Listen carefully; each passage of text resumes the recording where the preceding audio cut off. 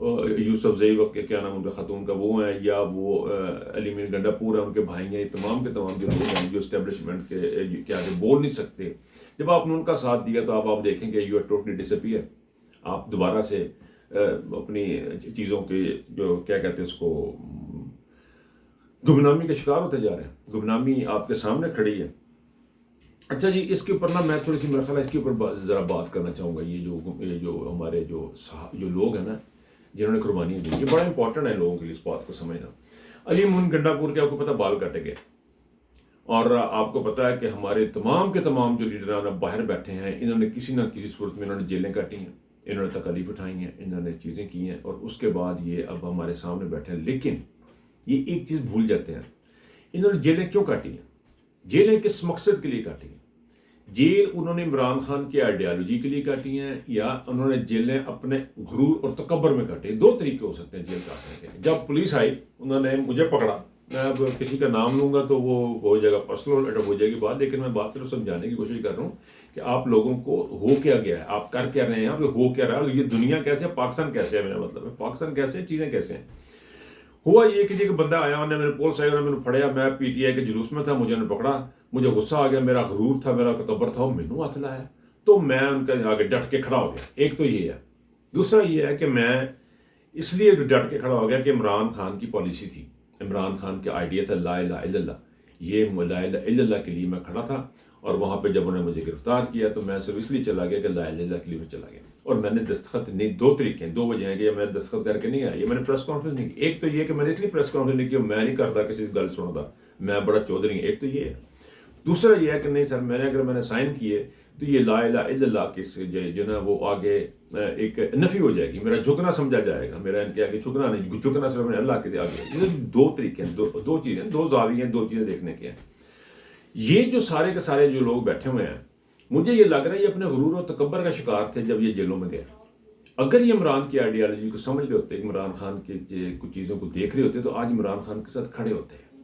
کیونکہ عمران خان آج بھی کھڑا ہے، وہ آپ کا لیڈر ہے، وہ انٹرنیشنل لیول کا آدمی ہے، کوئی چوچا چاچا نہیں ہے کہ آپ نے اس کو تنہا چھوڑا ہوا ہے، اس کی باتیں نہیں آپ مانتے. جب عمران خان نے کہا کہ جیل میں آ کے ملے تو جیل میں جا کے ملے.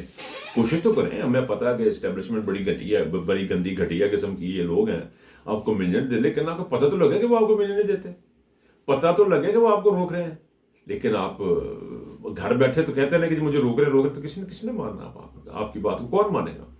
پھر علی مین گنڈا پور صاحب نے یہ اسپیچ کی ہے، جی ہم نے لوگوں کے لیے یہ ہم نے سہولیات پیدا کری. سر آپ کو نالیوں کے لیے ووٹ نہیں دیے تھے، لوگوں نے نالی بنانے کے ووٹ نہیں دیے تھے. آپ کا کام تھا کہ آپ کو مینڈیٹ ملا. ایک ہی حکومت تھی پاکستان میں جو جائز طریقے سے بنی تھی، وہ تھی کے پی کے کی حکومت.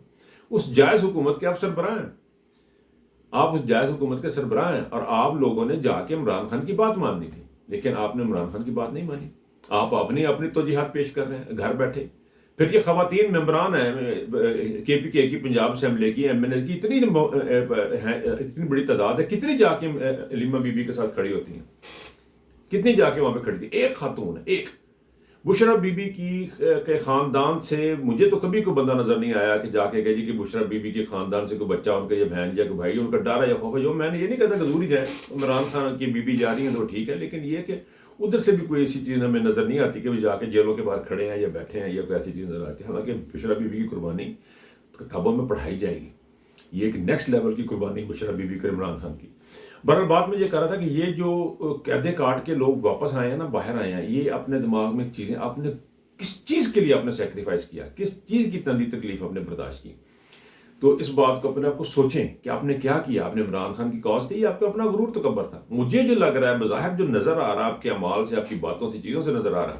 اب دیکھیں جی کیا ہوا، ایک کمپین چلی ہے مشن نور کے نام سے، مشن نور کے نام سے کمپین چلی ہے. اس کمپین کے بارے میں کہا جی آپ چھتوں پہ کیوں کھڑے ہو رہے ہیں؟ اور دیکھیں خدا کی پناہ یار، آپ لوگ پاگل ہیں، جائیں نا. پی ٹی آئی کے اندر سے کسی نے کہا جی کہ یہ اب چھتوں پہ کھڑے ہونے کی کیا ضرورت ہے، احتجاج کریں. یار میں کہتا ہوں خدا کی پناہ ہے. یعنی اللہ تعالیٰ سے رجوع کرنے کا کہا جا رہا ہے. مشن نور کا مطلب ہے ہمیں حکم اذان، اپنی بات کرنے کا، اذان دینے کا. اب آپ نے نماز پڑھنی نہیں پڑھنی تو بکری گل، ہوں تو یہ اتنا نا کہ میں نماز نہیں پڑھنی تو اذان بھی نہ دو. یہ تو بڑی جبغری بات ہے. ہمیں تو حکم اذان ہے، ہم نے تو اذان دینی ہے. اب آپ نے پڑھنی نہیں پڑھنی، اب نہ پڑھے، یہ نہ کہہ کہ آپ اذان ہی نہ دیں. سانو بلاؤ ہی نہ، ہمیں سجدے کے سیدھے راستے رہو. یہ اللہ تعالیٰ کی طرف رجوع کرنے کی کوشش ہے، یہ اللہ تعالیٰ کی طرف دیکھنے کی ہے کہ اللہ تعالیٰ ہی ہمارا آسرا ہے. کیونکہ اس وقت دنیا میں تو آپ کو نظر کچھ نہیں آ رہا. اللہ تعالیٰ نے جن لوگوں کی ڈیوٹی لگائی تھی، اللہ تعالیٰ نے جن لوگوں کو اختیارات دیے تھے کہ میری خلقت کی ہیلپ کریں، میری مخلوق کی ہیلپ کریں، میری عوام کی ہیلپ کریں، انہوں نے ہیلپ کرنا چھوڑ دی. تو اب لوگ ڈائریکٹ اللہ کی طرف دیکھنا شروع ہو گئے کہ اللہ پاک جن بندوں کو تم نے اختیارات دیے، جن لوگوں کو تم نے یہ عہدے دیے، جن کو یہ چیزیں دیں، وہ اپنا مرنا بھول گئے. ہمارے اوپر ظلم و زیادتی ہو رہی ہے. اللہ تو ہمارے لیے کوئی مدد پیدا کر، ہمیں غیب سے مدد عطا فرما. یہ وہ کرنا چاہ رہے تھا ہوتے ہوئے تراز ہے.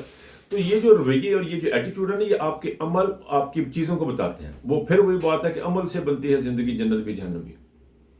اور آپ نہ نوری ہیں نہ آپ ناری ہیں، آپ خاکی ہیں.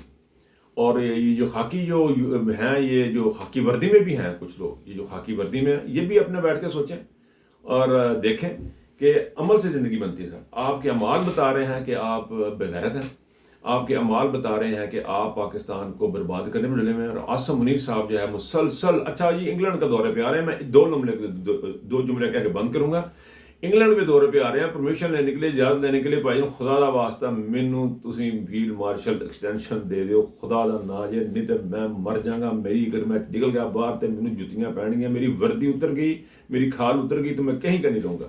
اس مشن پہ وہ کام کر رہے ہیں اس وقت. بہت ساری باتیں کرنے والی ہو سکتی ہیں اس وقت. I stop it here. آپ سے اجازت چاہوں گا. اپنا بہت خیال رکھیے گا. اللہ حافظ.